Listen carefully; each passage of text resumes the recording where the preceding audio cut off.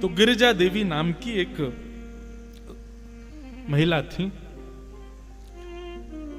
पता नहीं क्यों उनके हृदय में एक अदृश्य से ठाकुर जी के प्रति प्रेम प्रकट हो गया। एक दिन सहज ही अपने पति से कहा, मुझे वृंदावन जाना है। पति ने कहा ठीक है, कल तुम्हारी व्यवस्था कर देते हैं, वृंदावन चली जाओ। ज्यादा नहीं, 50, 60, 100 वर्ष पुरानी बात होगी ज्यादा से ज्यादा। लेकिन मैं केवल जाके दर्शन करके वापस आने के लिए नहीं मांग रही हूं आज्ञा, मैं सदा के लिए वृंदावन ही रहूंगी, मैं वापस नहीं आऊंगी। पति ने पहले तो बहुत मना किया, बहुत दिन तक उसकी आज्ञा का, बोले ऐसे कैसे जाने दूंगा, कहां रहोगी, क्या बोले वो नहीं पता, बस मुझे वृंदावन जाने दो। जब स्थिति ऐसे होने लगी, कृष्ण विरह का ज्वर चढ़ने लगा, बुखार आने लगा, किसी भी औषधि से भी वो बुखार दूर नहीं होता था, तो पति ने यही सोचा उसी में भलाई है कि इनको वृंदावन भेजो। और वृंदावन आई। श्री राधा रमण जी की अनन्य भक्त, सदा उन्हीं के दर्शन करते, उन्हीं की लीला का अनुभव करते।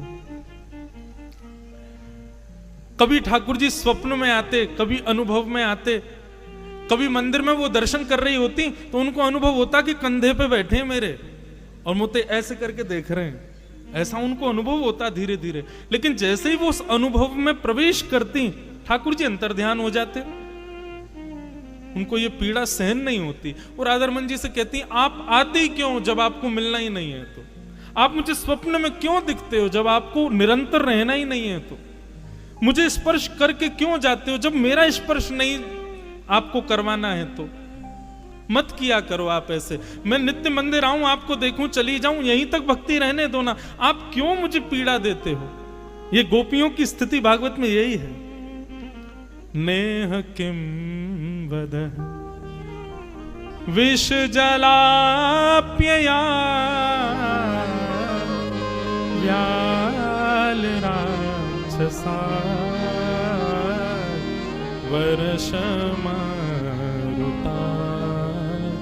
वैद्युतान लाग। गोपी गीत, गोपी गीत में गोपियां क्या कहती हैं, नाथ हमको अकेले इस वन में छोड़ के आप अंतर्ध्यान हो गए, अगर इसी प्रकार हमको मारना था तो कालियानाग से क्यों बचाया, इंद्र ने वर्षा की, गिरिराज पर्वत क्यों उठाया, तृणावर्त, सक्टासुर, इतने सारे राक्षस ब्रज में आए हमको मारने के लिए, आपने हमको उनसे क्यों बचाया जब आपको ऐसे ही मारना था हमको। तो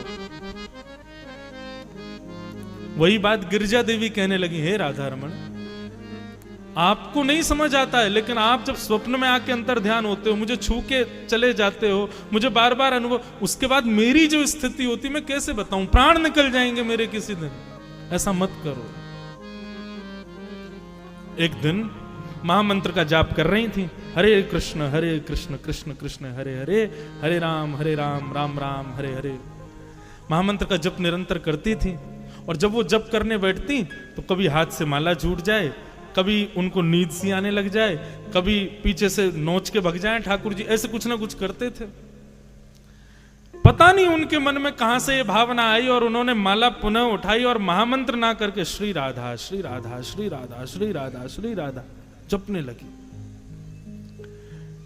जैसे ही श्री राधा नाम का उच्चारण करना उन्होंने प्रारंभ किया, किसी ने उनको कहा नहीं, किसी ने उनको बोला भी नहीं, पर सहज ही उन्होंने शुरू कर दिया।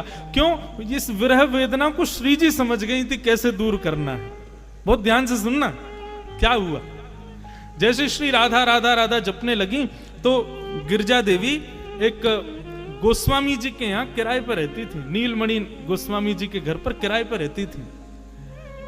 वो गोस्वामी जी को ज्वर चढ़ा था, वो लेटे हुए थे अपने बिस्तर पर। अचानक बिस्तर पर लेटे लेटे उनको पता नहीं क्या हुआ, वो कहने लगे गिरिजा देवी को बुलाओ, गिरिजा देवी को बुलाओ, गिरिजा देवी को बुलाओ। लोग दौड़े दौड़े गए, अरे गिरिजा देवी गोस्वामी जी पुकार रहे हैं, जल्दी चलो। वो दौड़ करके जैसे ही आई गोस्वामी जी के पास, कहो बाबा। तो गोस्वामी जी रोते रोते बोले, अब तुम मुझे छोड़ दोगी, तुम मेरा नाम नहीं जपोगी, तुम श्री जी को ही ध्याओगी, तुम श्री जी को ही पुकारोगी, मेरा नाम नहीं बोलोगी, ये भाव सुनते ही गिरजा देवी स्तब्ध हो गई, बोले ये हुआ क्या?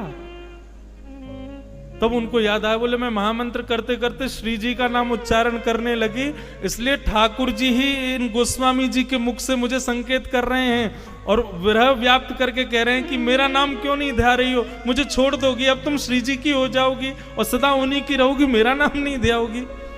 तुरंत उन्होंने बैठ करके महामंत्र का जप किया। जैसे ही महामंत्र किया तो तब गोस्वामी जी ठीक हुए।